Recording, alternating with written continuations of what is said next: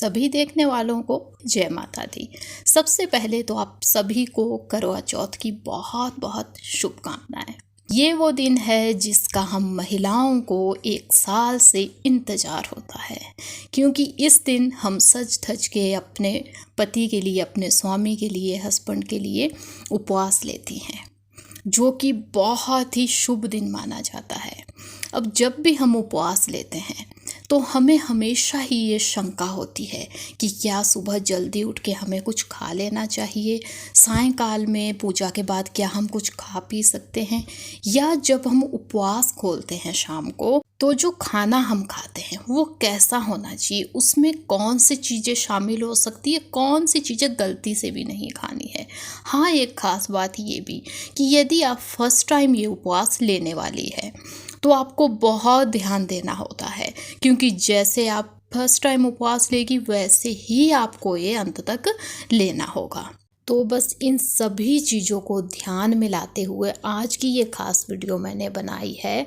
यदि आपको कोई भी शंका है इस उपवास को लेके तो वीडियो अंत तक देख लीजिए, बहुत ही काम की वीडियो है। सबसे पहले जानते हैं ये कि सुबह में हमें क्या खा पी लेना चाहिए। तो बहुत से लोग केवल पानी सुबह पीते हैं, जो बहुत अच्छा है आपके लिए, लेकिन इस पानी को आप बहुत ज़्यादा भी ना पिए। यानी कि पता है आपको कि दिन में तो पानी नहीं पीना है, तो गलती से हम बहुत ज़्यादा पानी ही सुबह पी लेते हैं, जिससे कि कुछ दिक्कतें हो सकती है, हेल्थ इशू हो सकते हैं, इसलिए 2-3 गिलास ही पिए। बिल्कुल वैसे ही फल हम खा सकते हैं। कुछ लोग सुबह में फल भी खा लेते हैं, कुछ उसका जूस पी लेते हैं बना के, तो आप ये पी सकते हो, इसमें कोई संदेह नहीं है, पिए जा सकते हैं जूस। लेकिन ध्यान क्या देना है कि खुद बनाए खुद पिए, पैकेट बंद यहाँ वहाँ का नहीं आपको खाना पीना है। खटास वाले फल भी आप ना खाएं यदि आपको एसिड बनता है। उसके साथ ही जो मेवे होते हैं वो भी खाए जा सकते हैं, बहुत ताकत देने वाले होते हैं। यदि आपको वीकनेस फील होती है उपवास के समय में तो आप इन्हें लेना बिल्कुल ना भूलें सुबह से, क्योंकि ये आपको ताकत देंगे उपवास लेने के लिए। उसके बाद दूध भी आप सुबह से पी सकते हैं। दूध से बने हुए अनेकों चीज़ें भी खाई जा सकती है शुद्धता के साथ, यदि आप खुद उन्हें बना सके तो। लेकिन यदि आपको दूध डाइजेस्ट नहीं होता है तो आप इस दिन गलती से भी सुबह में दूध ना लें, नहीं तो आपको कुछ दिक्कतें हो सकती है। उसके साथ ही कुछ लोग सुबह में फेनिया या सेमिया, ये दोनों चीज़ें बना के खा लेते हैं, ये भी खा सकते हैं। साथ ही साथ चाय, कॉफ़ी, ये चीज़ें भी पी जा सकती है सुबह में। लेकिन यदि आपको एसिडिटी या गैस्ट्रिक, कुछ ऐसी समस्याएं, पेट में जलन होती है चाय पीने से, तो इस दिन गलती से भी सुबह खाली पेट ये ना ले, क्योंकि हो सकता है कि दिन में आपको उल्टी आने की शिकायत हो या पेट में पेन होने की शिकायत हो। तो यदि इस उपवास में उल्टी आ गई तो माना जाता है कि उपवास खंडित हो जाता है, तो गलती से भी ये गलतियाँ ना कीजिएगा।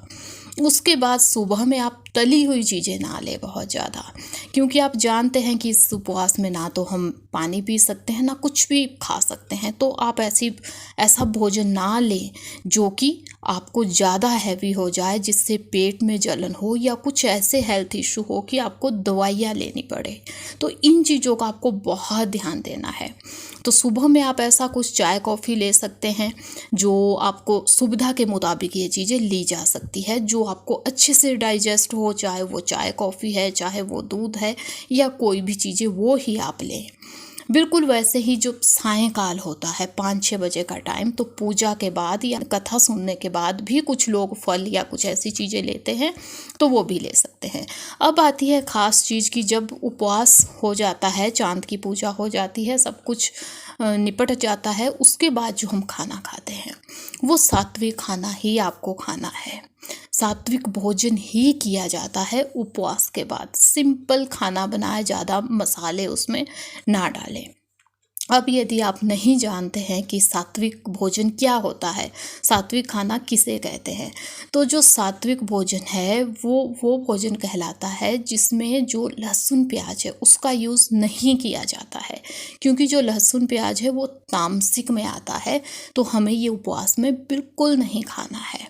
अब आपने भोजन में तो इसे नहीं डाला, लेकिन आप गलती से कोई ऐसा सैलेड खा ले या कुछ ऐसा पिक्कल आप खा ले जिसमें कि लहसुन प्याज मिला हो तो उन चीज़ों का भी आपको ध्यान देना है कि आपको गलती से भी ये नहीं खाना है। बिल्कुल वैसे ही आपको यहाँ वहाँ जाके खाना नहीं खाना है, या आपको बहुत ज़्यादा हैवी चटपटा खाना नहीं खाना है क्योंकि दिन में कुछ नहीं खाया है तो हो सकता है कि इससे हेल्थ इशू हो जाए। बिल्कुल वैसे ही जो आपको विशेष ध्यान देना है कि आपको नॉन वेज बिल्कुल खाना बनाना नहीं है उपवास के दिन। मतलब फैमिली में देखिए, जैसे आपका उपवास है, बाकी लोगों का नहीं है, तो किसी के लिए भी ये चीज़ें ना बनाए, ना कोई खाए उस दिन। बिल्कुल वैसे ही कुछ महिलाएं हैं जो मतलब नशे की आदी हो सकती है कुछ महिलाएं, तो वो भी आपको नहीं लेना है। जब आप उपवास भी खोल दें उसके बाद भी नहीं, मतलब अगली सुबह तक ये चीज़ें नहीं ली जाती है, चाहे वो नशीली वस्तुएं हो, चाहे वो तामसिक भोजन हो, चाहे यहाँ वहाँ का खाना हो, अगले दिन तक आप नहीं खा सकते हैं। अब बहुत सी महिलाओं को ऐसी हैबिट होती है कि जब ये उपवास होता है तो वो शाम को उपवास खोलने के लिए होटलों में चले जाते हैं खाना खाने के लिए। तो ये गलती मत कीजिएगा, क्योंकि जो वहाँ का खाना है उसमें हो सकता है लहसुन प्याज हो सकता है उसमें बाकी भी कोई चीज़ें मिली हो, हमें नहीं पता है। अनेकों मसाले वहाँ पे मिलाए जाते हैं, वो किन चीज़ों से बने हैं। तो ये गलती मत कीजिएगा, खुद खाना बनाइए, बिल्कुल हल्का फुल्का भोजन कीजिए।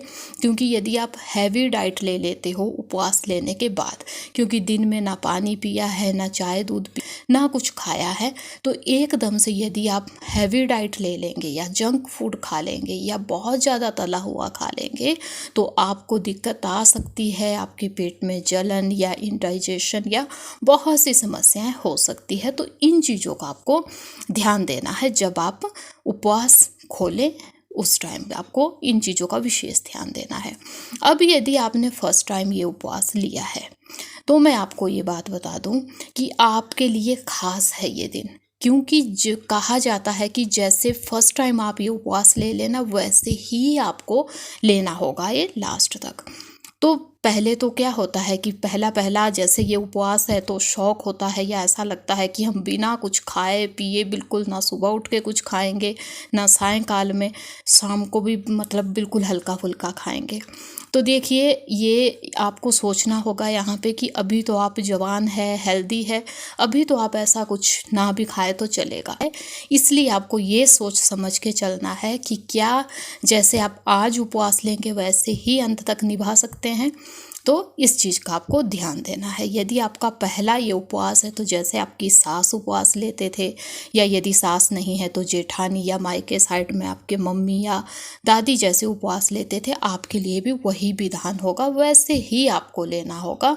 बस जैसे आपने पहला करवा चौथ ले लिया वैसा ही अंत तक आपका चलेगा, वही विधान है। तो ये थी कुछ खास बातें जो आपको ध्यान देनी होगी जब भी आप ये करवा चौथ का उपवास लें। तो जितनी मुझे नॉलेज थी या जैसे मैं उपवास लेती हूँ उतना मैंने आपको बताया। उम्मीद है कि आपको वीडियो पसंद भी आई होगी, यूज़फुल हुई होगी आपके लिए। तो वीडियो अच्छी लगी है तो लाइक कीजिएगा, चैनल पे है नए तो सब्सक्राइब कीजिएगा। अब मिलेंगे नई वीडियो के साथ, तब तक के लिए धन्यवाद। जय माता दी।